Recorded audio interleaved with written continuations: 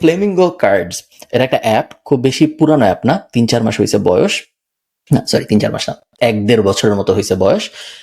খুবই বেসিক একটা app. So আমি কিছু স্ক্রিনশট দেখাই তাহলে তোমার বুঝতে পারবে। iOS ভার্সনও আছে, প্লে স্টোরের ভার্সনটা আমি ওপেন করছি।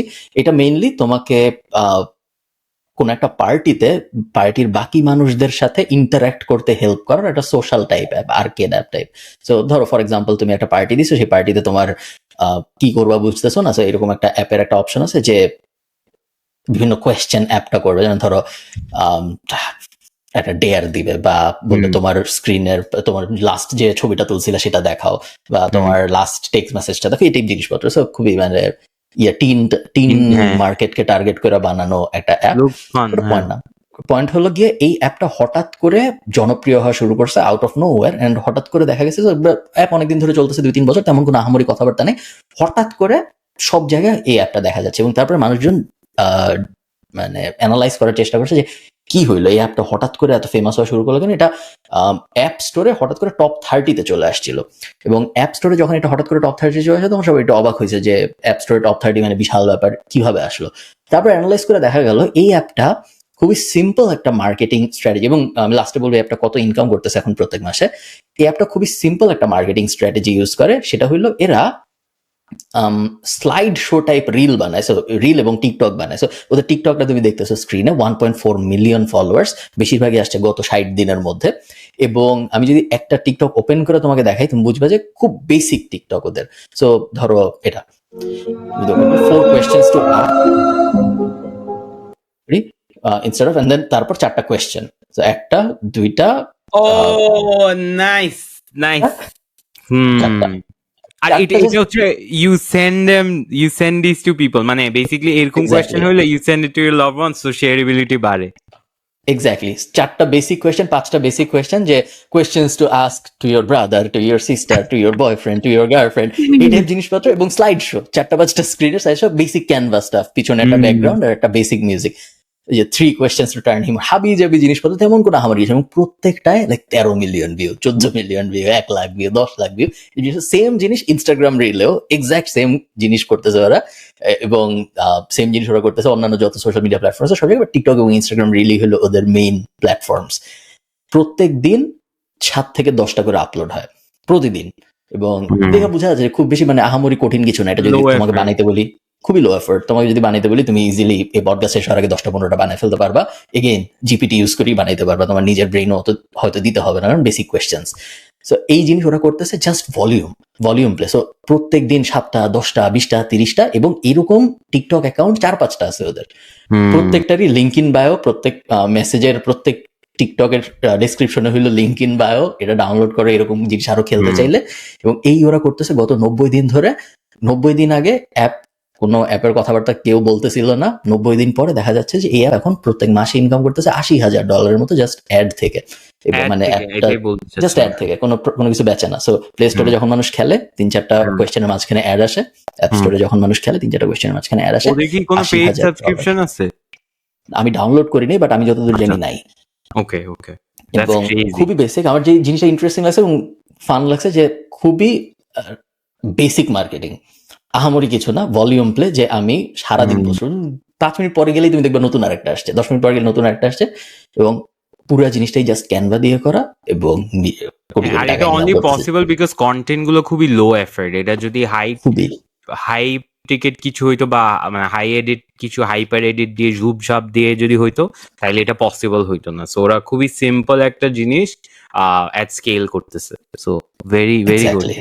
এটা কিসে ইউজ করা যায়, এটা চিন্তা করতে হবে। আই থিঙ্ক ডেফিনেটলি আমাদের বিজনেস এটা করা যাবে। আমি যেটা এখন অ্যাসাইন করছি, একটু আগে মিটিং করে আসি, যে আমার প্রতিদিন 30টা রিল যাবে।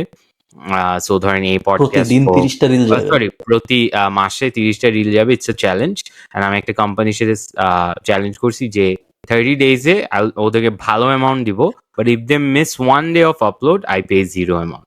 সো দেখি, আমি আপনাকে এটা রিপোর্ট জানাবো। ওকে, সিন্স আপনি অ্যাড নিয়ে বলছেন, সরি আমি তোমাকে একটু, ওই লোকটার নাম জানি কি, যে সবসময় স্যান্ডো গেঞ্জি পরে থাকে, acquisition.com এর মালিক, ওই লোকটার জানি কি, যে জিম ছিল আগে, এরপরে ইনফ্লুয়েন্সার হয়ে গেছে, অ্যালেক্স অ্যালেক্স হরমোজি, আহমজি রাইট। আহমজি হ্যাঁ অ্যালেক্স হরমোজি এবং অ্যালেক্স হরমোজি বলছিল যে অ্যালেক্স হরমোজি গ্র্যান্ড কার্ডনের সাথে একটা মিটিং করছিল বোঝার জন্য যে সোশ্যাল মিডিয়া আসলে কত কন্টেন্ট আপলোড করা উচিত প্রত্যেকদিন প্রত্যেক হিসাবে, এবং ওরা রিসার্চ করে বের করছিল যে প্রত্যেক সপ্তাহে ইন টোটাল 200 সামথিং কন্টেন্ট তোমার আপলোড দেওয়া উচিত across all social media. So তোমার ফেসবুক, টুইটার, লিঙ্কডিন, হাবিজাবি যত প্ল্যাটফর্ম সব মিলে আর কি ও রেকমেন্ড করছিল টোটাল 200+ কন্টেন্ট আপলোড হইতে হবে তোমার প্রত্যেক প্রতি সপ্তাহে, সপ্তাহে।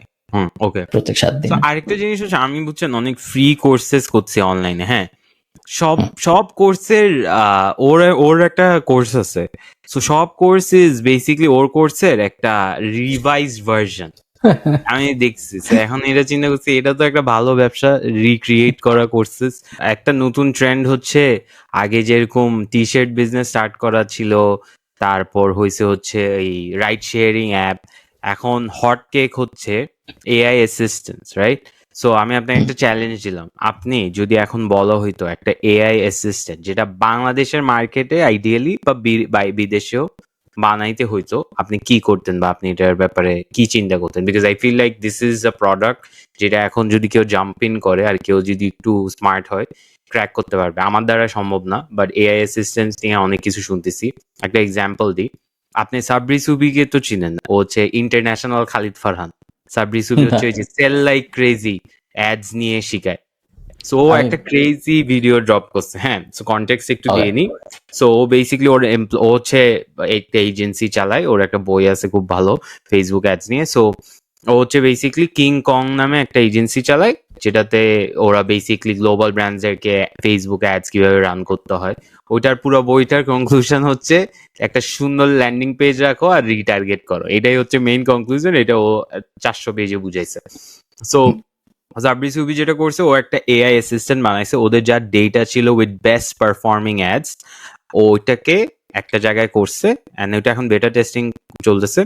সো বেসিক্যালি আপনি কপি রাইটিং করতে পারবেন ওখানে, কোন কপিটা কাজ করে। সো আপনি লেটস সে আপনি আপনার নিশ হচ্ছে টি শার্ট বিজনেস, রাইট? তো টি শার্ট কিভাবে বেশি সেল করবেন এটা আপনাকে চ্যাট জিপিটি আপনার একটা কপি রাইটার হয়ে যাবে, আপনাকে কন্টেন্ট নিয়ে পারফরমেন্স নিয়ে ডেটা নিয়ে সুন্দর মতো সাজেস্ট করবে। সো ও টিমের সাথে এটা কম্পিট করে দেখাইছে, অ্যান্ড হিজ এই এজেন্ট দ্যাট ওয়েবসাইট বা AI assistant was performing better than his own team. So একটা এটা নিয়ে ক্রেজি ভিডিও বের করছে। I think this is a product that you should try, but আপনার মাথায় কি এরকম কিছু আছে? আমার মাথায় কিছু নাই এখনো। তুমি কখনো অস্ট্রেলিয়ান শার্ক ট্যাঙ্ক দেখছো? হ্যাঁ, ওইটাতে ও আমি শার্ক। কখনো আমি জানি উনি ওটা শার্ক, বাট আমি কখনো অস্ট্রেলিয়ান শার্ক ট্যাঙ্ক দেখি নেই, so আমি ওইভাবে চিনি ওনাকে। আমি কখনো এআই অ্যাসিস্ট্যান্টের জগতে আমি একমাত্র একটা জিনিস নিয়ে টুকটাক রিসার্চ করেছিলাম, তেমন আহামরি কিছু না, সেটা হলো এআই অ্যাসিস্ট্যান্ট দিয়ে কিভাবে কোল্ড আউটরিচ অটোমেশন করা যায়। কিছু সলিউশন আছে, বাট খুব একটা আমি যখন দেখেছিলাম তখন আমার এমন কিছু পছন্দ হয়নি যেটা ইউজ করা শুরু করা যায়। কারণ কোল্ড আউটরিচ অটোমেশন, ধরো লেম লিস্ট ফর এক্সাম্পল অনেকে এখন ইউজ করে, আর অনেক হাবিজাবি আছে। কিছু অটোমেশন টুল আছে যেগুলা আমার এই মুহূর্তে নাম মনে পড়তেছে না, যেগুলা তোমার তুমি যাকে ইমেল করলা তাকে লিঙ্কডিনে একটা কানেকশন পাঠায়, তার পোস্টে রেগুলারলি কমেন্ট করে এবং 10-15 দিন পর পর জানায় যে আমি তোমাকে 10-15 দিন আগে মেল করছিলাম, এটা দেখছো। এই ধরনের কাজকর্ম করে এরকম অনেকগুলো। হ্যাঁ আমাকে এটা আই থিঙ্ক নীল বলছিল, আমি এটা ইউজ করবো প্রবাবলি, বিকজ আমি এখন তো লিঙ্কডইন একটা বড় ক্রিয়েটার। সো ওইটা আমি চেষ্টা করছি। অটোমেশন ডট এআই নাকি জানি এরকম কাজকর্ম অনেকগুলো করে আছে। যাই হোক, আমি যে জন্য এটা বললাম সেটা হলো এই কোল্ড আউটরিচ অটোমেশনের কোনো একটা এআই অ্যাসিস্ট্যান্ট সলিউশন পাইলে খুব ভালো হয় আমার। আপনারা কেউ জানলে আমাকে কমেন্টে জানাবেন। বাট না, আমি কখনো ইউজ করিনি। আমার এআই এর জগতে পদচারণা খুবই লিমিটেড। আমি তেমন কোনো এআই ইউজ করি না আমি কোনো কাজের জন্য। জেপিআর ইউজ করি না, কোনো কিছুর জন্য আমি এআই ইউজ করি না। আমি ইউজ করি হচ্ছে আমি বেসিক্যালি চ্যাট জিপিটি তে এআই মানে চ্যাট জিপিটি দিয়ে যেটা করি, আমার 6-7টা জিনিস করি তো আমি, যেটার কনটেক্সট ডিফারেন্ট। সো আমার একটা কনটেক্সট ইজ আমার ওয়েবসাইটের জন্য ওরা কপি লিখতেছে, সো ওখানে আমার কোম্পানি নামে কনটেক্সটটা সেট করা। So every time I just go to that tab, ও জানে কনটেক্সটটা কি। এন্ড দেন ধরেন আমি ভিডিও এডিটিং নিয়ে কাজ করছি, ওইটা নিয়ে একটা, এরপর প্রিন্ট অন ডিমান্ড নিয়ে কাজ করছি, ওইটা নিয়ে আরেকটা ট্যাব। সো যাতে কনটেক্সটটা বারবার সেট না করতে হয় ওভাবে আমি আলাদা ট্যাব করে রাখছি। সো এরপর লেটসে আমি এখন পিওডির জন্য আমি একটা ব্লগ বানাচ্ছি, আমি জাস্ট ওখানে টাইপ করি and then ChatGPT knows the context, so easy হয় আর কি। আরো অনেক। তুমি কি চ্যাট জিপিটিকে $20 পার মান্থে দাও? হ্যাঁ হ্যাঁ পেইড প্ল্যান ইউজ করো, করি, নাইস। হ্যাঁ হ্যাঁ আরো অনেক অ্যাডভান্স, আমার ধরুন আরো 1-2 বছরের মধ্যে এমন অনেক সলিউশন চলে আসবে, যেটা আমরা আগের এপিসোডে বলতেছিলাম। একটা সময় আমি চাই যে আশিক যখন আমার কিছু করতে হবে না, খেলে ভাববর্ষ হয়ে যাবে। হ্যাঁ হ্যাঁ আর আমার এই মুহূর্ত পর্যন্ত এআই এর তেমন কোনো ইউজ আমার কাজকর্মে লাগে না আসলে। হুম। So আমি এখন পর্যন্ত ওল্ড আপনার স্কুল জন্য স্টাইলে আমি কাজ জানি করব। কি চলবে। আপনি কি? একটা how to use chat GPT একটা কোর্স লঞ্চ করেন। আই ফিল লাইক এটা খুব দরকার। আমি এটা চিন্তা করছি ভাই, কারণ আমি অনেক ভালো প্রম্পটস লিখা শুরু করছি, বুঝছেন? বিকজ আমি অনেক পড়ালেখা করছি চ্যাট জিপিটি নিয়ে, অনেক বলবো না, মানে করছি 2-3টা। আই ফিল লাইক এটা ক্রেজি ইউজ কেস আছে, এটা নিয়ে একটা কোর্স বানানো যায়। Interesting. আবার ধান্দা শুরু হয়ে গেছে আমাদের। তুমি হ্যাঁ ওকে। তুমি ইউডেমিতে তুমি কিছু কোর্স লঞ্চ করে দেখতে পারো। বাংলাদেশের মার্কেটের জন্য chat GPT user course is too much, দরকার আছে বলে আমার মনে হয় না এই মুহূর্তে। ইংলিশ অডিয়েন্সের জন্য Udemy, skill share, primarily Udemy, but maybe skill share as well, বা প্রাইভেটলি যদি বেচতে চাও নিজে নিজে, এগুলো মনে হয় বেটার আইডিয়া হবে। আমি কি তোমার সাথে একটা কন্ট্রোভার্সিয়াল টপিকে আলাপ করতে পারি? তোমার Sure, controversy go for it. Tolerance এই মুহূর্তে কিরকম? আমি এখন I don't give a shit মানে মুডে আছি আর কি, সো ব্রিং ইট অন। একজন ইনফ্লুয়েন্সার আছেন, নাম হইল রাকিন, আমরা চিনি সবাই। একটা পডকাস্ট আছে, নাম হইল 2 সেন্স। তো রাকিন আফসার 2 সেন্স পডকাস্ট নিয়ে একটা কথা বলছিল যে 2 সেন্স পডকাস্টে কেন ফিমেল গেস্ট আনা হয় না। ওদের 80-90টা এপিসোড হয়েছে, কিন্তু কোনো ফিমেল গেস্ট কখনো আনা হয়নি। এরপরে ওটার উপরে তার একটা ন্যারেটিভ ছিল যে কেন আনা হয়নি সেই। পয়েন্ট ওটা না, ভালো বলছে, ভালো কথা। পয়েন্ট হইলো, তোমার কি মনে হয় যে, আমি এরপরে এটা ভাবতেছিলাম যে এই কন্ট্রোভার্সি দেখার পরে, so এটা রাকিন বলার পর অনেকে রাকিনের পক্ষে বলছে, আবার অনেক মানুষই বলছে যে 2 সেন্স পডকাস্ট যার ইচ্ছা তারা আনবে, রাকিনের কি যায় আসে। দুই দিকেই ফেয়ার পয়েন্ট, কোনো দিকে কোনো সমস্যা নেই।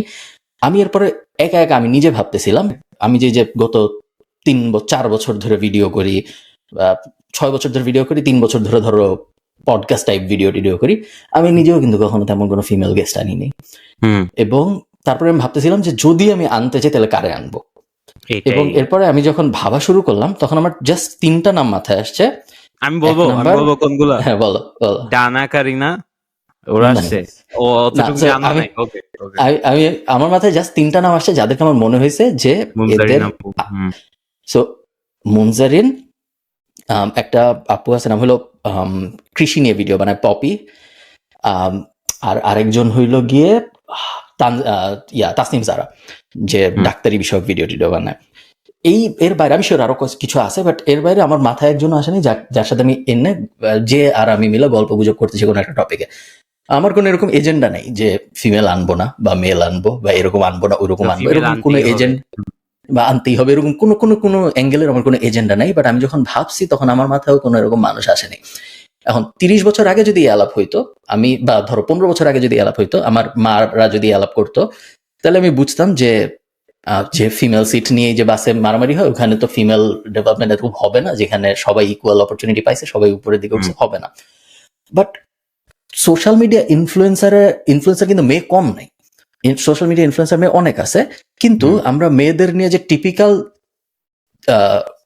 যে অবজেক্টিফায়ার যে টিপিক্যাল লাইন, যে মেয়ে ইকুয়াল মেকআপ, পিঙ্ক জিনিসপত্র, রান্না বান্না, কমেডি, এই 4-5টার বাইরে আসলেই কিন্তু বাংলাদেশের মেয়ে ইনফ্লুয়েন্স সমাজ অনেক কিছু করে এরকম না। এখন এটা কিন্তু বলা যাবে না যে তারা আসলে সুযোগ পায় না, যেটা আমরা মানে ট্রেডিশনাল, ধরো উপদেষ্টা মেয়ে কম আমাদের বাংলাদেশে, এখন অন্তর্বর্তীকালীন সরকারের উপদেষ্টা নারী কম পুরুষ বেশি, এটা মানা যায়। যে 30 বছর 40 বছর আগে বাংলাদেশের বয়স 50 বছর, প্রথম 20-30 বছর হয়তো মেয়েরা হয়তো এডুকেশনের সুযোগ পায় না, এবার সমাজে হাবি যাবে। ইনফ্লুয়েন্সার তো সবাই, ধরো তোমার স্কুলে যারা ছিল তাদেরও ইন্টারনেট ছিল, তোমারও ইন্টারনেট ছিল, ইনফ্লুয়েন্সার হইতে তো। তারপরেও কোনো একটা কারণে বেশিরভাগ নারী ইনফ্লুয়েন্সারই কেন জানি ওই যে পিঙ্ক জিনিস, মেকআপ, কমেডি, রান্না বান্না, এর বাইরে আসলে খুব বেশি যায়নি। এবং বিজনেসেও বেশিরভাগ উইমেন লেড স্টার্ট আপ যেগুলো হয়েছে, তুমি দেখবে ওগুলো সব এই যে রান্না বান্না, মেকআপ, জামা কাপড় বেচা, এগুলার অ্যারাউন্ডেই হয়েছে। তো এটা নিয়ে আমি ওই দিন ভাবতেছিলাম যে আসলে এই ব্যাপারটা কেন এমন হইলো, কেন আমাদের মেয়েরা এই জায়গায় এত আসলো না। ওকে, সো আই থিঙ্ক এটার জন্য একটা মেয়ে আনসার দিলে ভালো হবে, আমরা নাহলে ম্যানসপ্লেনিং হয়ে যাবে, to be very honest with you. So কমেন্টে যদি আপনারা কেউ থাকেন আর কেউ যদি গেস্ট হিসাবে আসতে চান, প্লিজ লেট আস নো। আপনার যদি কোনো স্টার্ট আপ থাকে, ছেলে মেয়ে কোনো জেন্ডার আমরা বাদ দিব না। আমি যেটা আমার মনে হয়েছে, আমি 2টা জিনিস এখন করা শুরু করছি অনেক কয়েক বছর ধরে, হচ্ছে এইসব বিষয়ে চুপ থেকে শোনার ট্রাই করি, বিকজ আমি বলাটাই কেউ না।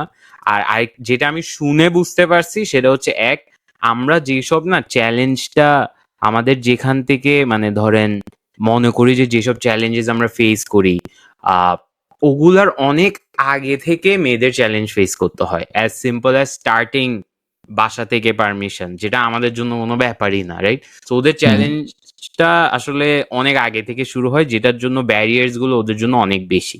এবার আসেন হচ্ছে যে যারা পাইছে অপরচুনিটি, ওরা কেন নাই? আমি আপনাকে বলি, আমরাও যখন পডকাস্ট করছিলাম সেম প্রবলেমটা ফেস করছি। এক হচ্ছে তো এমনিই supply com of creators business, ওইটা তো কম আছেই।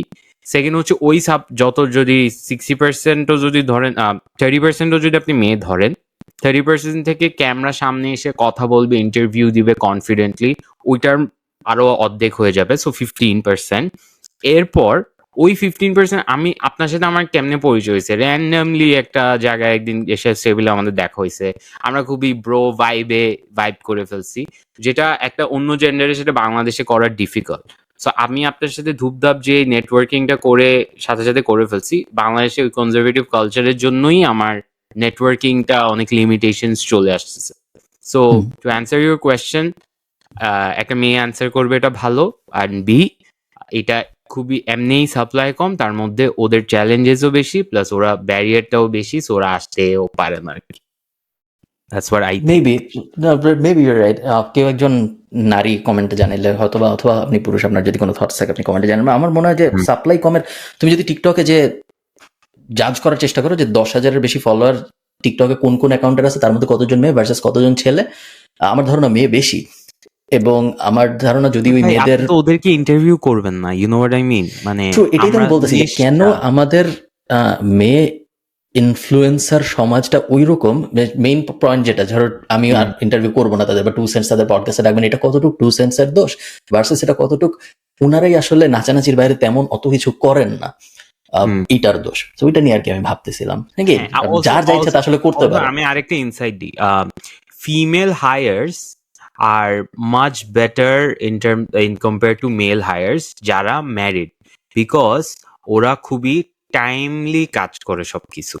সো আমার অবজারভেশন হচ্ছে, একটা married women will make sure 5টার মধ্যে to wrap up her work and leave, because ওরা খুবই অর্গানাইজ ওয়েতে কাজ করে, ওয়ার এজ এ ম্যান ওর তো পুরো রাত আছে। সো আই ফিল লাইক কয়েকটা জায়গায় female hires are very important.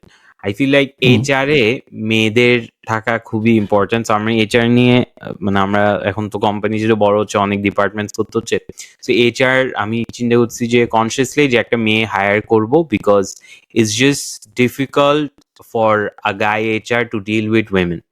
So অনেক জায়গায় আই থিঙ্ক মেয়েরা ফাটাই দিচ্ছে। অলসো স্টার্টআপস আছে, শাপলা নামে একটা কোনো স্টার্টআপ আছে, আই ফরগট কি করেন শাপলা। ওরা হচ্ছে ট্যাক্স নিয়ে, ডিজিটাল ট্যাক্সেশন নিয়ে কাজ করে। I think this is the website. If Shapla, আমি নামটা যে জেনে আবার বলবো আপনাকে, বাট বেসিক্যালি আপুটার নাম হচ্ছে ইলিয়াস ভাইয়ার সাথে I think they are connected. So ওরা basically they do taxation and stuff. আমরা ওই পরের পডকাস্ট ওনাকে এনে we can probably discuss, but basically আছে ফিমেল স্টার্টআপ আছে, শেপ আছে, it's a lingerie brand. Shape is a startup about women, so count হবে না। ও আচ্ছা, যেটা মানে it's like gender specified product না, রাইট? নরমাল জিনিসপত্র ওকে, নিয়ে কাজ থিংক করতেছে। অ্যাবাউট ইট, এন্ড নেক্সট পডকাস্টে আমি আপনাকে দিব আমার, এটা আমার ক্রিয়েটার লিস্ট। আমি এই সব বিষয় নিয়ে কথাবার্তা বলা, তুমি তোমার মনে আছে, আমি জানি না তুমি জানো নাকি, ওই যে আমি একটা পডকাস্ট একবার বলছিলাম যে মেয়েদের ছুটি পাওয়ার একটা হ্যাক, যে থাকলে 6 মাস ছুটি। এরপর আমাকে নিয়ে একদম হাবি যাবি গালাগালি কোটির অবস্থা। ওটা মেবি মেয়েদের এসব নিয়ে কথাবার্তা বলা স্টিল টু আর্লি, আরো কিছুদিন গেলে কথাবার্তা বললে ভালো হয়। ফিমেল একটা আমরা ডেডিকেটেড এপিসোড রাখবো, দরকার হলে মান্থলি রাখবো, if we find enough female entrepreneurs, and we'll try to promote it যখন আমাদের নিজেদের প্রমোশন হবে। So yeah, Yes. Okay, let's move on. Mister wonderful বলছিল যে কোন একটা ইন্টারভিউতে বা অনেক জায়গায় উনি হয়তো বলছে যে উনার পোর্টফোলিওতে যত স্টার্ট আপ আছে তার মধ্যে ফিমেল ফাউন্ডার সেগুলার পারফরমেন্স সবসময় সবচেয়ে ভালো, এবং উনি সবসময় ইনভেস্ট করার সময় চেষ্টা করে ফিমেল লেড বা ফিমেল ফাউন্ডেড স্টার্ট আপে ইনভেস্ট বাট করতে। এটার কনক্লুশনটা কি যে ফিমেল ওরা কি বিকজ অফ দ্য প্রোডাক্ট নাকি অন্য কনক্লুশন দিছিল?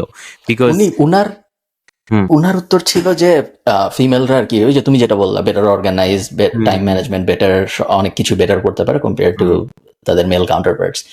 আমি জানি না বাংলাদেশের জন্য ব্যাপারটা কতটুকু সত্য। ইন জেনারেল ভাই ফিমেল আর জাস্ট মানে ওদের ইভেন উইথ ওয়ার্ক অনেক হাইজিন ফ্যাক্টর মেনটেন করে আমার কাছে মনে হয়েছে। অ্যাটেনশন টু ডিটেল একটু বেটার, ডিজাইন সেন্স একটু বেটার, টেস্ট ওভারঅল একটু বেটার আর কি। বিকজ আই ডোন্ট নো লজিকটা কি, বাট আমার কাছে এটা মনে হয়েছে আমার ছোট নলেজে। ওকে, লেটস মুভ অন। আপনি কি chess.com নিয়ে কি আমরা কথা বলছিলাম? আমার মনে নাই। আই ডোন্ট থিংক chess.com নিয়ে আমরা অনেক আগে কথা বলছিলাম অন্য একটা পডকাস্টে, বেটার বিবির কোন একটা, বাট আবার বলতে পারো, কোনো সমস্যা নেই। না সো chess.com যারা জানেন না, chess.com 150 মিলিয়ন করতেছে, ইটস $1 বিলিয়ন। স্যাড কাহিনী বলবো, সরি তুমি chess.com এর কাহিনীটা শেষ করো তারপর বলতেছি। হ্যাঁ, আমি একটু জাস্ট কনটেক্সটে দিয়ে দিই। সো chess.com ইজ বেসিক্যালি আপনি অনলাইনে ফ্রেন্ডের সাথে চেস খেলতে পারবেন, প্লাস আপনি শিখতেও পারবেন, সাবস্ক্রিপশন আছে। সো আপনাকে মুভ শিখাবে, আপনার গেমটা শেষ হওয়ার পর কত খারাপ বা পারফর্ম করছেন ওইটা নিয়ে কথা বলতে পারবেন। আমি chess.com নিয়ে বলবো না, আমি অন্য কিছু নিয়ে বলতাম, বাট আপনি শেষ করেন chess.com এর স্টোরিটা। আমরা প্যাসিভ জার্নাল খুবই স্যাড স্টোরি, এবং এটা আমি কোথাও আগে বলি নাই। আমি হঠাৎ করে 3-4 মাস আগে, সো রোজার ঈদ বা কোরবানি ঈদের আগে আমি ঠিক করছিলাম যে আমরা ব্রেইনস্টর্ম করতেছিলাম যে প্যাসিভ জার্নালে নতুন কি কি কোর্স লঞ্চ করেছে, এবং অনেকদিন ধরে কিড সেকশন একটা লঞ্চ করতে চাচ্ছি আমরা, বাচ্চা কাচ্চাদের বিভিন্ন জিনিস শেখানোর জন্য, এবং খুব সিরিয়াস জিনিসপত্র না, সিরিয়াস জিনিসপত্র বড়দের আমরা শিখাচ্ছি, বাচ্চাদের জন্য ভাবতেছিলাম দাবা খেলা শিখাবো, ড্রয়িং টাইপ কিছু, গিটার টাইপ কিছু, ম্যাজিক টাইপ এই টাইপ জিনিসপত্র। তো ভাবতে ভাবতে চেস ফাইনাল যখন হয়েছে তখন আমি কয়েকজন চেস গ্র্যান্ড মাস্টারের সাথে কথা বলছি যে কোর্স বানানোর ব্যাপারে। তো চেস গ্র্যান্ড মাস্টার তোমাদের একজন গ্র্যান্ড মাস্টারের সাথে আমার কথা হয়েছে, এবং কথা হয়েছে, মিটিং হয়েছে খুব ভালো, এরকম জুম মিটিং, খুবই ভালো জুম মিটিং। তার সাথে আমার কথা, তার ছেলে আমার ভিডিও দেখে, হ্যাঁ তার সবকিছু নর্মালি কথাবার্তা হয়েছে, কন্ট্রাক্ট পাঠাইছি, কন্ট্রাক্ট সাইনও হয়েছে। পরের সপ্তাহ থেকে রেকর্ড শুরু হবে, 7 দিনের মতো রেকর্ড হবে। উনিও বললো যে এই 7 দিনই পারবে, তারপরে আবার উনি আরেকটা ট্যুরে কোথায় চলে যাচ্ছে দাবা খেলতে, সব ফাইনাল, এবং একদম কন্ট্রাক্টরটা পাঠাইও দিছি সাইন করে। তো সব ফাইনাল। হঠাৎ করে সকালবেলা নিউজ, পরের দিন আমি দেখি যে প্রথম আলো না কার নিউজ, যে দাবা খেলতে গিয়ে খেলার সময় হার্ট অ্যাটাক করে মারা গেছেন জিয়াউর রহমান। তো পুরো আমি শকড যে কিভাবে হলো, 3-4 দিন আগে আমার সাথে ওনার কথা হয়েছে, এবং তারপরে আমি সাথে সাথে হোয়াটসঅ্যাপ ওনাকে মেসেজ পাঠাইছি, মানে ওনার সাথে হোয়াটসঅ্যাপে কথা হচ্ছে ওনার আইডিতে, যে একটা নিউজ, আমি তখনও মনে হয় না যে সত্যি, মানে যে অসুস্থ হয়তো বা ফেক নিউজ তো অনেক হয়, অনেকেই আছে এরকম নিউজ আসে যে মারা গেছে, তারপর দেখা যায় আসলে কিছু হয়নি, তাহলে দেখা গেলো সত্যি। তার কিছুদিন পর ওনার ছেলে আমাকে মেসেজ পাঠাইছে যে এরকম একটা জিনিস আমার কাছে ছিল, বাট হইলো না এই কারণ। আমি পুরাই শকড যে এটা কি হইলো। এবং এই সেম জিনিস আমার সাথে আরেকবার হয়েছে, আরেকজন মানুষ, ওনার নাম বলতেছি না যেহেতু ওনার সাথে কোনো আসলে ইয়ে ছিল এমনি আর কি, সোশ্যাল মিডিয়ায় উনি জনপ্রিয় গায়ক। তো উনি আমাকে ফ্রেন্ড রিকোয়েস্ট পাঠাইছে, এবং তারপরে আমি অ্যাকসেপ্ট করছি। অ্যাকসেপ্ট করার পর উনি আমাকে জিজ্ঞেস করছে উনি টিকটকে আমার ভিডিও অনেক দেখে এখন টিকটকে কিভাবে গ্রো করা যায় এটা নিয়ে কথাবার্তা বলার জন্য। ভাবছে তার 7 দিন পর দেখি উনি মারা গেছেন। জাস্ট এগেইন অদ্ভুত ঘটনা। আচ্ছা, উনি কি, I know this is a weird question, but উনি কি হিন্দু? আমি ঠিক শিওর না। আচ্ছা, বিকজ আমার সাথে এরকম একটা ক্রেজি জিনিস হয়েছে, সো হরর টাইপ এপিসোড হয়ে যাচ্ছে এগেইন এরপরে আমি নিজেই কিছুদিন ভয় ছিলাম যে এরকম কি হচ্ছে আমার সাথে, এরকম কেন হচ্ছে না। আমার সাথে কি হয়েছে আমি বলি। সো মানে আমাদের ব্র্যান্ডের ওখানে একটা মিউজিশিয়ান এরকম টি শার্ট বানাইতো, তখন আমাদের কোনো পার্টনারশিপ, এখনো ইনফ্যাক্ট কোনো পার্টনারশিপ মার্চ আমরা লঞ্চ করি না। সো ওখানে উনি কি করতো, আমাদের থেকে কাস্টম মার্চ বানায়, উনি মিউজিক, উনি একটা নিশ মিউজিশিয়ান, উনি মার্চ সেল করতো। সো মার্চ সেল দেখতাম যে একই কাস্টম টি শার্ট কয়েকটা যাচ্ছে। সো আমি বুঝলাম যে আচ্ছা এটা মনে হয় কিছু একটা সাম ফ্যান্ডম যেটা আমি জানি না। সো হচ্ছে তারপরে আমাকে আমার এমপ্লয়ি একজন বলছে যে ভাই এরকম একজন পার্টনারশিপ করতে চাচ্ছে। আমি বলছি আমরা এখন পার্টনারশিপ করতেছি না। বলছে তাও একটু কথা বলে দেন। আমি আচ্ছা বলবো, ঠিক আছে, সমস্যা নেই, আপনার কথা বলছে। আমি বলছি আচ্ছা ঠিক আছে। কাট two I see a headline যে some musician dies randomly and ও মিউজিশিয়ানটার নাম ছিল। সো আমি বলছি আচ্ছা ঠিক আছে, ইটস স্যাড, একটা মিউজিশিয়ান টাকা নিয়ে স্ট্রাগল করতেছিল এরকম নিউজ। আমি একদিন আমার মেসেজ রিকোয়েস্ট দেখি, অ্যান্ড মেসেজ রিকোয়েস্টে ওই মিউজিশিয়ানটা আমাকে বলছে যে I want talk to you, আমরা এরকম এরকম আমার মার্চ বানাতে চাই, I am not doing well financially, so I thought আমরা যদি একটা পার্টনারশিপ করতে পারি। সো ওটা রিপ্লাই দিতে পারি নাই। ওয়ার্স পার্ট, উনার একটা মার্চ বানানো আছে যেটা এখনো মানে ওটা যে রয়ে গেছে আর কি, যেটা এখনো আনসোল্ড। সো এটা খুবই, I understand how you feel, মানে যে এটা কতটা ট্রমাটাইজিং। এটা আমি আপনাদের যেহেতু এই কথা চলে আসলে আমি সবাইকে এইটাই আরেকবার রিমাইন্ডার দিব যে ইউ নেভার নো কার সাথে আপনার কখন শেষ কথা। কখন যেমন হইতে পারে যে এটা আমাদের শেষ পডকাস্ট, এবার হইতে পারে এটা আমার লাস্ট ভিডিও, আপনার আল্লাহ মাফ করে আপনার সাথে আমাদের দেখা হবে না, এরকম যে কোনো কিছু যে কারোর সাথে হয়ে যাবে। যখনই আপনি যার সাথে কথা বলতেছেন এটা একটু মাথায় রাখেন যে হইতে পারে এটা আপনার তার সাথে শেষ কথা। খুবই অদ্ভুত দুনিয়া। ওকে, একজন আমি এই জন্যই এনেছিলাম পডকাস্টে। আমি জোক করতেছিলাম না কিন্তু। সো বেসিক্যালি সো এটা গেল তো chess.com, আপনি এটা নিয়ে বলছিলেন, বাট আমার এই জন্য মাথায় ছিল তাই আমি একটু আরেকটা অ্যাঙ্গেল বের করছি। সো ম্যাগনাসকে তো চিনেন, right? The number 1 chess player, he has a startup, did you know? So আপনি যদি প্লে ম্যাগনাসে যান, আমি একটু শেয়ার করি। সো দুইটা আছে actually startup, and I think একটা has raise a lot of money. So এখানে ম্যাগনাস চেস একাডেমি, এখান থেকে ইউ ক্যান প্লে ওর নামে স্টার্টআপটা। এন্ড দেন দেয়ার ইজ আরেকটা হচ্ছে where is the startup, play Magnus, আর একটা হচ্ছে ফ্যান্টাসি চেস। ফ্যান্টাসি চেস হচ্ছে ওর আরেকটা কোম্পানি যেটাতে I think he ওনস about 60%. So this is also doing very well. Chess.com actually wanted to buy the shares, but এখনো পারছে নাকি আমি শিওর না। সো এখান থেকে পার মান্থ ম্যাগনাস প্লে ম্যাগনাসের, এবং প্লে ম্যাগনাসে যদি আপনি $15 পার মান্থ দেন তাহলে আপনি কি পাবেন? তাহলে আপনি পাবেন হইল চেস বিষয়ক ট্রেনিং। সো আপনার হচ্ছে আই থিঙ্ক অ্যারাউন্ড $20 এর মতো অ্যাভারেজ ওদের মান্থলি মানে পার ইউজার থেকে আসে। And I think it's growing over, I think 3 million per year, এরকম কিছু একটা numbers. But that's not the point. Point is, চেসের মতো একটা বোরিং জিনিসকে they've made it cool. Plus Magnus আছে, so he's like the face of chess, number 1 chess player. So I feel like এই জিনিসটা আর কোথায় রেপ্লিকেট করা যায়। সো ফ্যান্টাসি চেস কখনোই আমি ভাবি নাই যে ফ্যান্টাসি চেস হবে।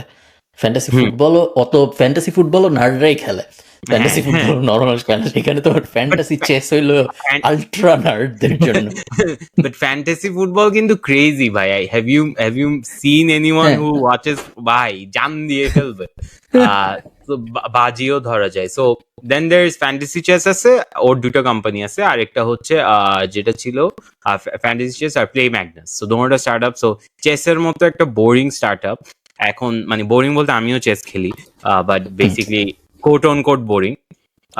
সো এরকম স্টার্টআপ গুলা, এটা কিন্তু নেশ অত ছোট নেশ না, বাট আই ফিল লাইক আমরা যখন নেশ বলি ওই নেশটাতে অনেকে ইগনোর করে, অ্যান্ড এইসব নিশে যদি আপনি ঢুকেন এখানে ডিস্ট্রাপশন করার অনেক অপরচুনিটি আছে।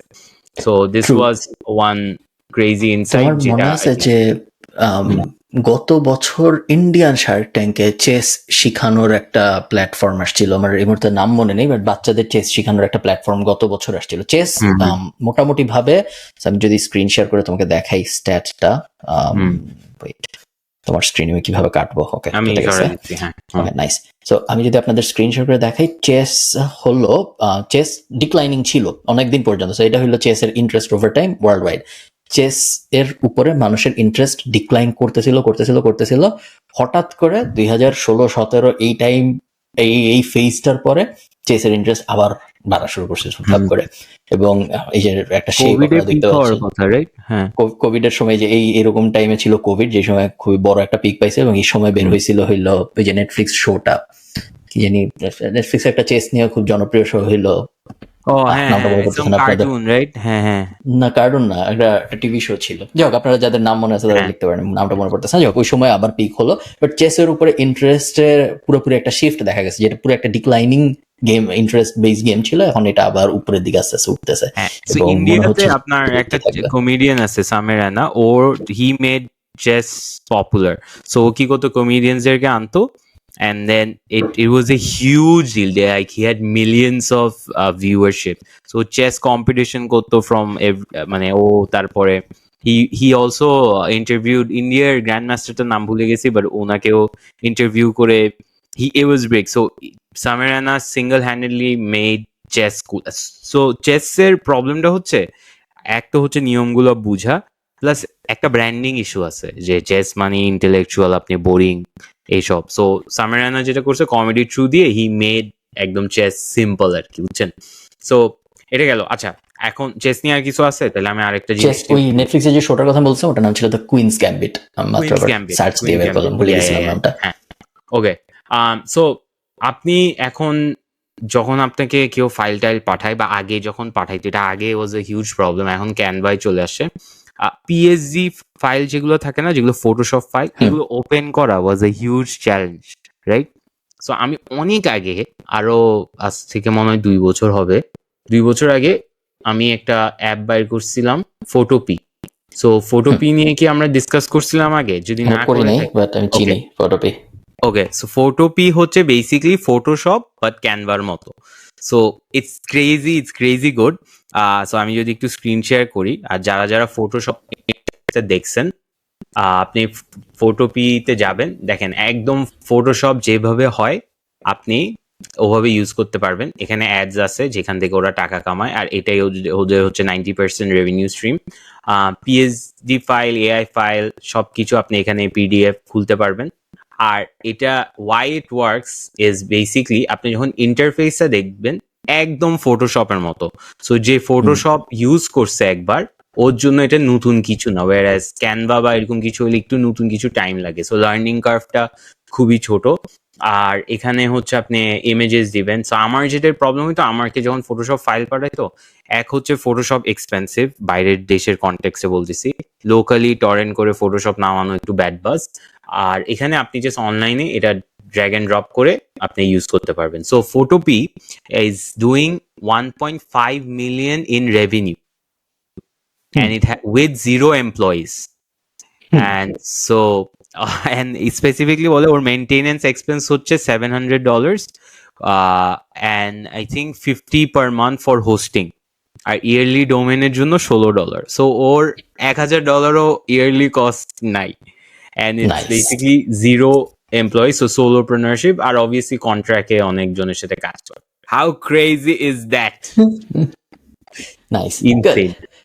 অনেক পেইড টুলের ফ্রি টুল অনেকে এরকম অনেক স্টার্টআপ আমি দেখছি যে একটা খুব জনপ্রিয় পেইড টুল আছে, ওইটার কোনো একটা হয় ওটা পুরোটাই ফ্রি, অথবা ওটার কোনো একটা ভার্সনকে ফ্রি করে দিয়ে সেটার উপরে অ্যাড বাসায় ইনকাম করার চেষ্টা করে, এবং অনেক মানুষ বিভিন্ন সময় করছে। সব ডিজিটাল মার্কেটিং এর দুনিয়ায় নীল প্যাটেলের অনেক এক্সাম্পল আছে, যেখানে উনি ধরো বয়স হয়ে যাচ্ছে, আমি ইদানিং নাম ধাম সব ভুলে যাচ্ছি। কিওয়ার্ডের একটা কিওয়ার্ড রিসার্চের একটা টুল ছিল, যেটা কিওয়ার্ড ভলিউম দেখা যেত, সেটা আগে পেইড টুল ছিল, পরে উনি এটা কিনে ফ্রি করে দিল, এবং তারপর ওনার ওয়েবসাইটে ইমপ্লিমেন্ট করলো। ফটোপিও কিনতে চাইছিল, পারে নাই। I think 9 বার অ্যাটেম্প করছে, এভরি আদার মান্থ নাকি ওকে কিনতে চাইতো, বাট ও বেচবে না। তুমি কখনো তুমি যেহেতু বড় লোক, তুমি অনেক ব্যাংক স্টেটমেন্ট দেখো, ব্যাংক স্টেটমেন্টের একটা খুব বড় সমস্যা হইলো, ব্যাংক, এটা আমার এমনি র্যান্ডমলি মাথায় আসলো যখন তুমি ফটোপি দেখাচ্ছিল, ব্যাংক স্টেটমেন্টের একটা বড় সমস্যা হলো ব্যাংক স্টেটমেন্ট পিডিএফ এ থাকে। যেই ব্যাংক থেকে আপনি নেন সেই ব্যাংকের ব্যাংক স্টেটমেন্ট পিডিএফ এ আসে, এবং লক করা থাকে, জন্ম তারিখ দিয়ে আনলক করতে হয়, এবং পিডিএফ থেকে কোনো ইনফরমেশন, ধরেন আমি একটা ব্যাংক স্টেটমেন্ট নামাইলাম আমার গত মাসের, আমার কত টাকা, এক্সেলে থাকলে আসলে যোগ বিয়োগ করা অনেক সহজ, যেটা পিডিএফ এ থাকলে করা যায় না। এবং এই কারণে কিছু স্টার্টআপ আছে যাদের সোল পারপাসই হলো ব্যাংক স্টেটমেন্টকে পিডিএফ থেকে এক্সেলে কনভার্ট করা। যেরকম এই যে তুমি যদি এটা দেখো banksstatementconverter.com, ওদের বিজনেসটাই হইলো, ওরা তুমি এখানে ব্যাংক স্টেটমেন্ট দিবা, ওরা পিডিএফটাকে এক্সেলে কনভার্ট করে দিবে, এবং তুমি প্রত্যেক 24 ঘন্টায় 1 পেজের স্টেটমেন্ট হলে ফ্রি, যদি 5 পেজ হয় তাহলে রেজিস্ট্রেশন করলে ফ্রি, এবং যদি তুমি ওদের কোনো একটা প্রাইসিং প্ল্যান কিনো তাহলে $30 পার মান্থে 400 পেজ ফ্রি। এবং আমি চিনি, আমি এই ফাউন্ডারকে টুইটারে দেখি, ও রেগুলারলি ওর ইনকাম শেয়ার করে যে গত মাসে ব্যাংক স্টেটমেন্ট থেকে এত ইনকাম হয়েছে, অত ইনকাম হয়েছে, প্রতি মাসে $7,000, $8,000, $9,000 এরকম ইনকাম হয়। এই ব্যাংক জিরো সোলোপ্রেনারশিপ, কোনো এমপ্লয়ি জিরো এমপ্লয়ি, ওর নিজেরও মনে তেমন কিছু করা লাগে না, জাস্ট এই ডোমেইন হোস্টিং ফি এবং গুড বিজনেস, $7 থেকে $10,000 জিনিস আপনি এটা বলছেন। আমার ঈদের সময় আমার সামথিং হ্যাপেন্ড ওয়ার আমি ব্যাংকের সাথে, আমি ঈদের সময়, সো আমি তখন ঈদের সময় তো ফ্রি টাইম, আমি সব হিসাব নিয়ে বসতেছি, মনে আছে আপনাকে বলছিলাম যে ওই অডিট নিয়ে, তখন আমার আমি পিডিএফ থেকে এক্সেল কনভার্ট করতে পারতেছি না, ব্যাংক থেকে এক্সেল দেয় না, আমি 8টা না 9টা অ্যাকাউন্ট করে এরকম, এই যে ডেইলি লিমিট থাকে তো, আমি সবগুলোতে আপলোড করে এক্সেলে নিছি, এররও হয়, কিন্তু এররও হয়, সব কনভার্ট হয় না, আর বাংলাদেশি পিডিএফ গুলো একটু উইয়ার্ড ভাবে স্ট্রাকচার। সো টুইটার ব্রাজিলে ব্যান হয়ে গেছে।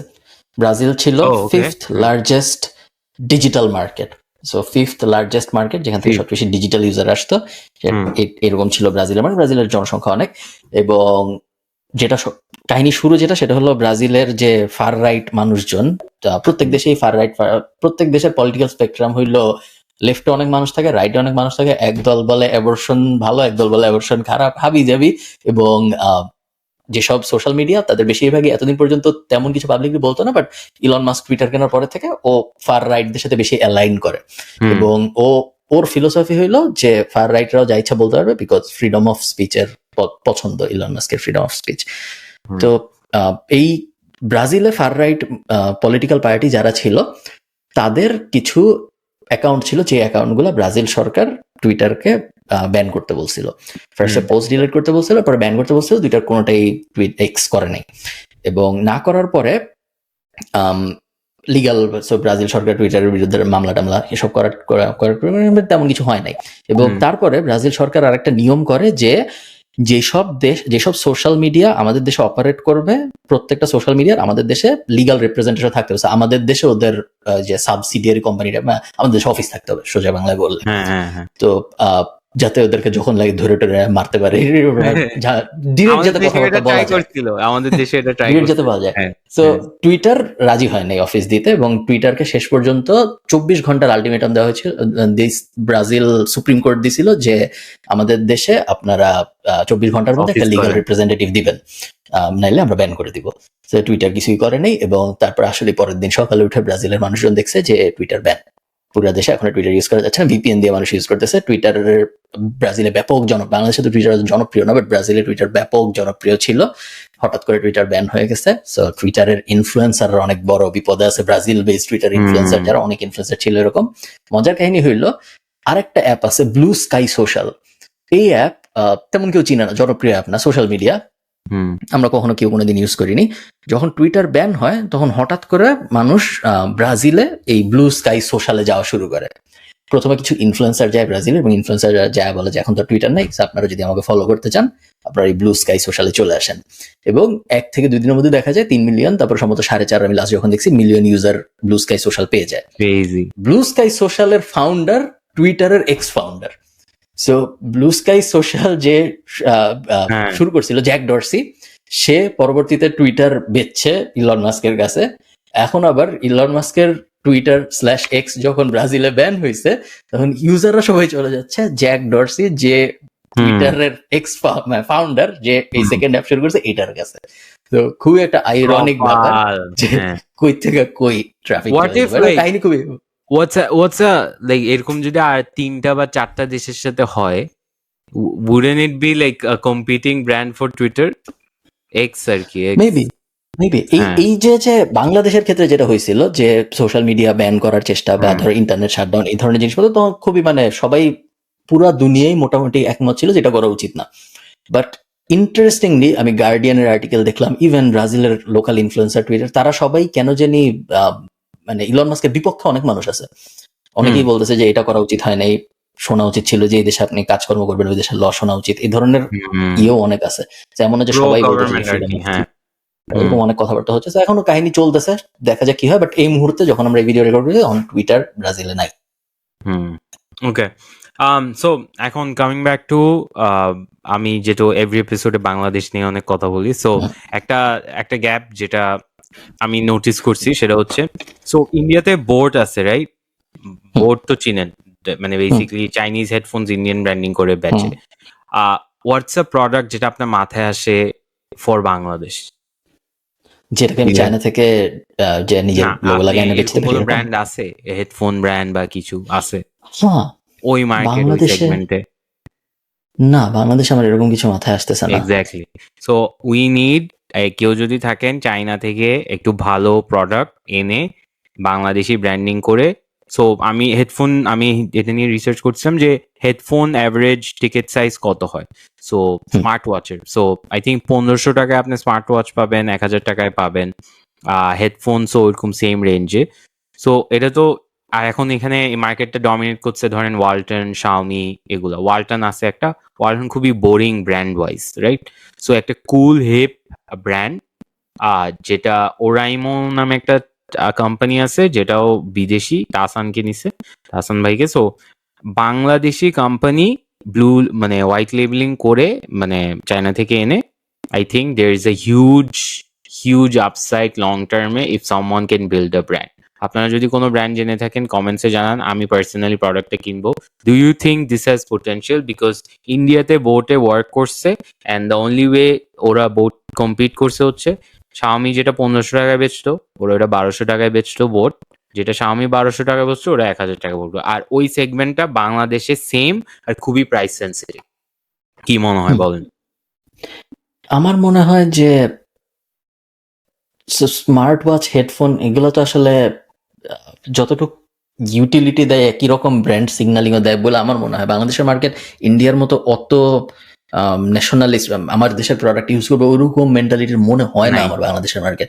সো এরকম যদি হয় যে একটা শাওমি আছে ভার্সেস একটা বাংলাদেশি ব্র্যান্ড আছে, এবং বাংলাদেশি ব্র্যান্ডটা আসলে চায়না থেকে রিব্র্যান্ডেডই বানানো জিনিস, তাহলে আমার ধারণা বেশিরভাগ মানুষ মনে হয় তারপরে শাওমিটা আমি ইউজ করবে। না, বাট প্রাউডলি আপনি তো এখানে বাংলাদেশি জিনিস একটা ইউজ করবে। বড় না, এটা কিন্তু প্রাউডলি বাংলাদেশি কনটেক্সট না, এটা কমপ্লিটলি প্রাইস।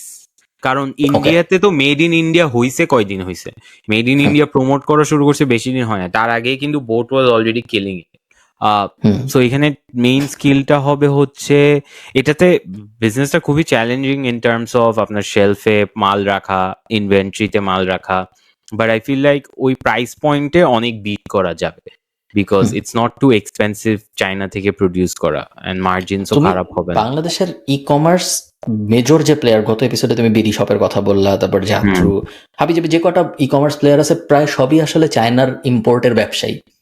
ওগুলা তুমি যদি যে কোনো একটা ই কমার্স ওয়েবসাইটে গিয়ে ক্যাটাগরি, যে কোনো ক্যাটাগরিতে ক্লিক করে আপনি যদি ব্রাউজ করেন, 99% প্রোডাক্টই আসলে চায়না থেকে ইম্পোর্ট করে বেচা হচ্ছে।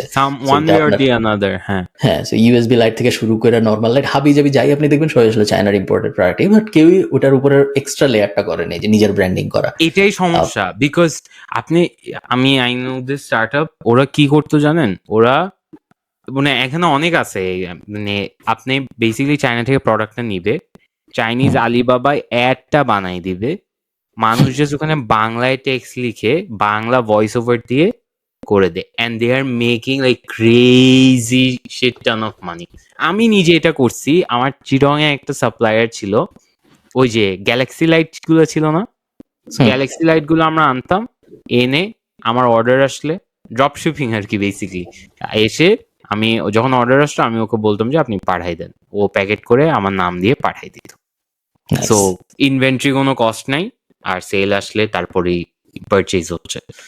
তুমি কি রিসেন্ট ডায়মন্ড ওয়ার্ল্ড এর যে গ্লাস দেয় গোল্ডের এবং সাজগোজ যে কালো টাকা সাদা করে একজন সেনাবাহিনীর কর্মকর্তা, আমি আম্মুকে বলছি যে আমি তো আপনাকে ডায়মন্ড কিনে দিতে চাইছিলাম, এখন তো পাচ্ছি না, ফেক।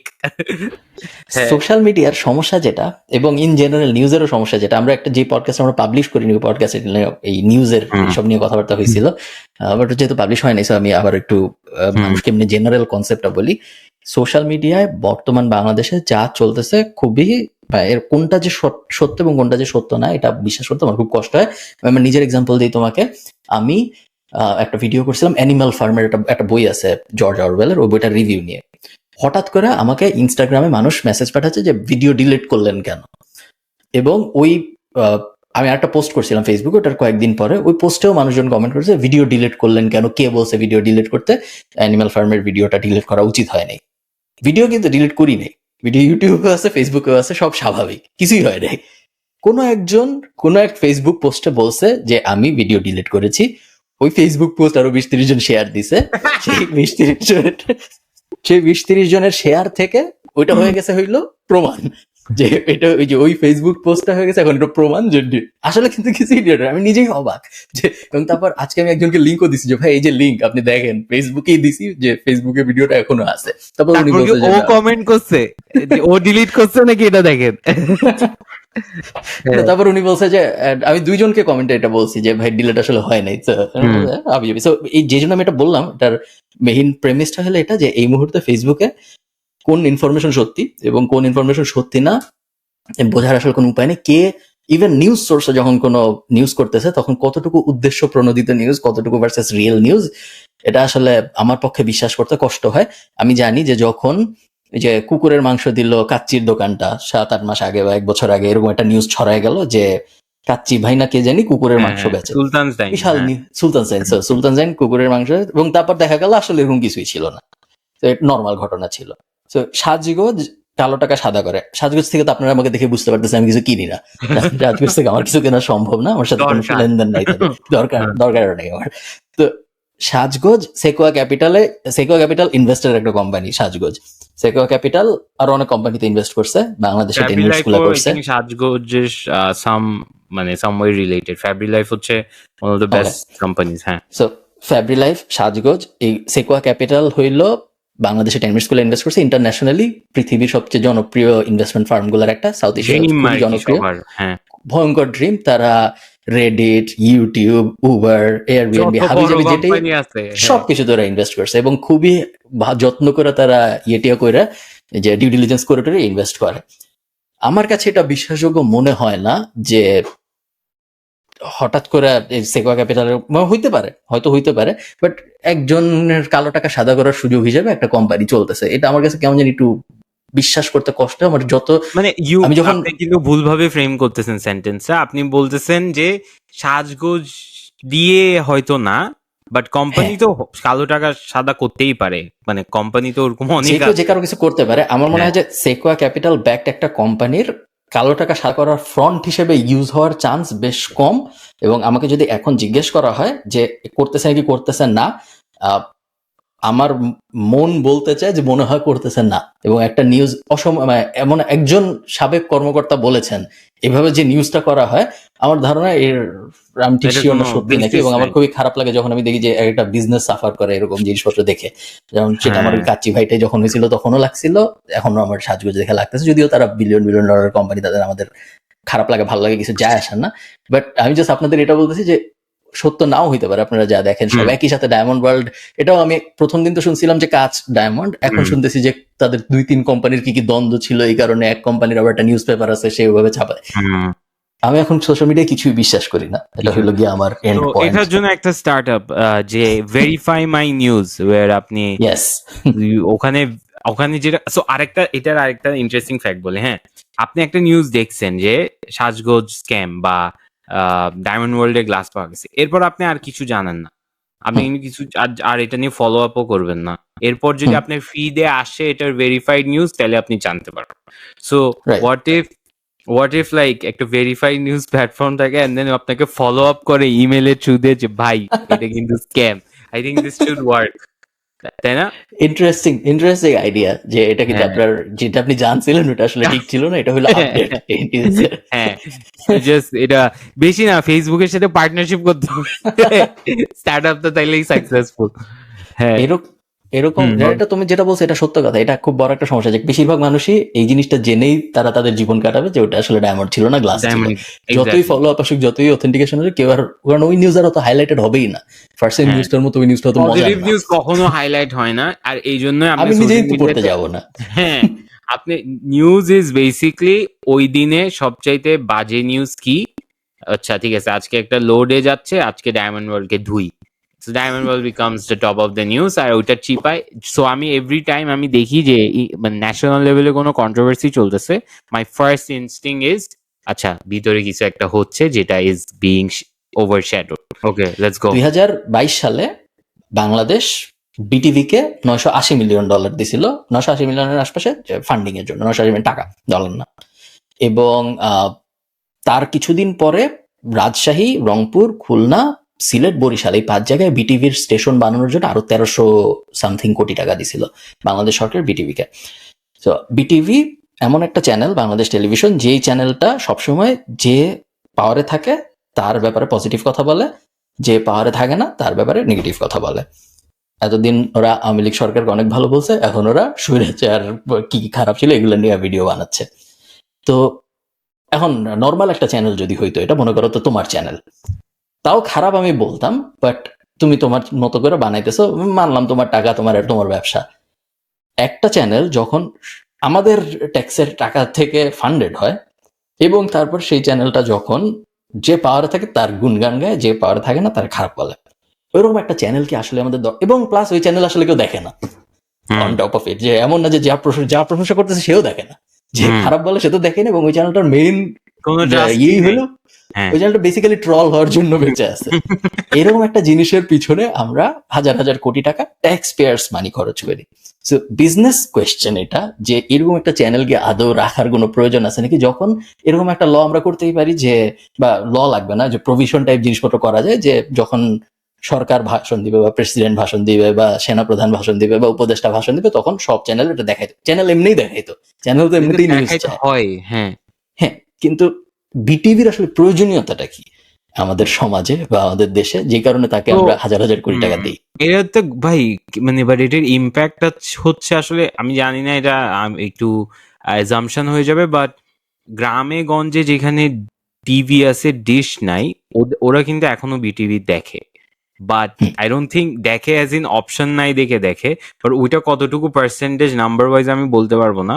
অলসো বিটিভির কিন্তু একটা আওয়ার নিউজ আই থিঙ্ক 4টার সময় সব চ্যানেলে বিটিভির নিউজ দেয় বা এরকম একটা রুল আছে কিন্তু। সবাইকে প্রকাশ করতে হয়, বাট সব মানুষ দেখা আমি সব মানুষকে, বিটিভির নিউজ তো আসলে অথেন্টিক। এখন এই মুহূর্তে বিটিভি কিন্তু তত্ত্বাবধায়ক সরকার নিয়ে খারাপ কিছু বলবে না, কখনোই বলবে না। তত্ত্বাবধায়ক সরকার যতই খারাপ করবে বিটিভি বলবে না। 2 দিন পর যদি আওয়ামী লীগ ক্ষমতা আসে বা বিএনপি ক্ষমতা আসে, তখন তাদের নিয়ে বলবে না, যে আসবে তার উল্টাটা নিয়ে বলবে। আমি ডিসএগ্রি করি, কারণ আমার মনে হয় দরকার, কারণ বাটাবি লেবুর ফলন যে ভালো হচ্ছে এটা আপনি কেমনে বুঝবেন? এটা তো বিটিভি ছাড়া আপনাকে কোনো নিউজ বলছে? কিন্তু তুমি যাদের কথা বলতেছো, যারা টিভি দেখে, তারা তো নিজেদের সামনেই ফার্ম দেখতেছে, যাদের অন্য কোনো চ্যানেল নাই, তাদের তো বিটিভি দেখে জানতে হবে না। না, I think BTV is for rich people, Gulshan পোলাপাইনদের জন্য। সো যে বাতাবি লেবু আসলে দেখতে কেমন, আম্মু এটা এরকম। হ্যাঁ, আই থিঙ্ক ইয়েস। তুমি কি জানো যে এই যে ইংলিশ শিখায় এরকম একটা পেজ আমি দেখছিলাম একবার, যে লেবুর ভ্যারিয়েশন গুলার যে বিভিন্ন নাম আছে, ইংলিশ বলি অসাধারণ। হ্যাঁ, ও কিন্তু one of the best memers in Bangladesh. He has a startup, basically English শিখায়, আই থিঙ্ক 5,000 টাকা করে কোর্স, and he is making like crazy money. ওর সাথে আমার কথা হয়েছিল অনেক আগে একবার, যেখানে আমাকে ওর ইংলিশ বলির অ্যাফিলিয়েট হইতে বলছিল, আমি তখন একটু কষ্ট পাইছিলাম। গ্রেট গাই, খুব ভালো। আমি we can bring him on, ও খুবই ইজিলি চলে আসবে। ওর ভিডিওতে আমি দেখছিলাম যে লাইম এবং লেমন এবং ক্ল্যান্ডেস্টাইন কি জানি হাবি যাবে, এগুলোর পার্থক্য কি, সেটা আমি ওখানে দেখছিলাম। তার আগে আমি জানতাম না যে সবুজটা কি, হলুদটা কি। আজকে তো 1 ঘন্টা পার হয়ে গেছে, সো আমি দেখাইলাম না, বাট ওর একটা ক্রেজি স্টার্টআপ আছে, নেক্সট পডকাস্টে বলবো। Okay guys, like share subscribe to Khalid Farhan better BBA. Bye bye. Okay, tata.